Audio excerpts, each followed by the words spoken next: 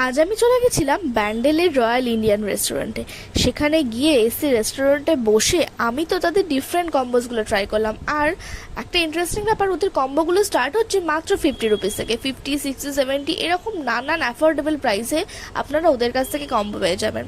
ওখানে গিয়ে আমি তো পোলাও, চিকেন কষা, নুডলস অ্যান্ড মাঞ্চুরিয়ান, আর ফ্রায়েড রাইস আর চিলি চিকেনের কম্বো, এরকম নানান অ্যাফোর্ডেবল কম্বো ট্রাই করেছিলাম।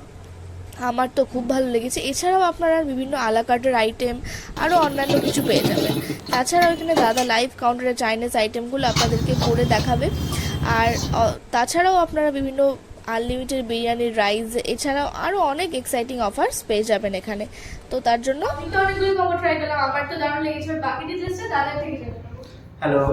তো আজকে তো বোন অনেকগুলো কম্বো ট্রাই করেছে, তার মধ্যে তোমার কোনটা সবচেয়ে ভালো লেগেছে? আমার নুডলস এন্ড মাঞ্চুরিয়ানের কম্বোটা বেস্ট লেগেছে। আর পোলাও চিকেন কষাটা? বাকিগুলো সব বেস্ট ছিল, আগের থেকে কোয়ালিটি অনেক ইমপ্রুভ হয়েছে, আমার খুব ভালো লেগেছে। আচ্ছা, তাহলে তোমরা যদি আমাদের রেস্টুরেন্টে আসতে চাও, রয়্যাল ইন্ডিয়া রেস্টুরেন্ট, যারা ব্যান্ডেল মোড় থেকে আসবে, ব্যান্ডেল মোড় থেকে সার্ভে কলেজ আছে, সার্ভে কলেজের একদম অপোজিটে। আর এই সুন্দর কম্বোগুলো খেতে হলে কখন আসতে হবে আর কোন সময় খেতে পাওয়া যাবে হ্যাঁ, সেটা তুমি এটার পর থেকে অ্যাভেলেবেল থাকে।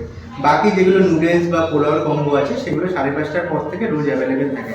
কারো যদি ইমার্জেন্সি কিছু কম্বো দরকার হয় তো আগের দিন যদি আমাকে ফোন করে দেয়, তাহলে আমি দুপুরবেলা সব কম্বোগুলো দিতে পারবো। For more details, you have to check the caption.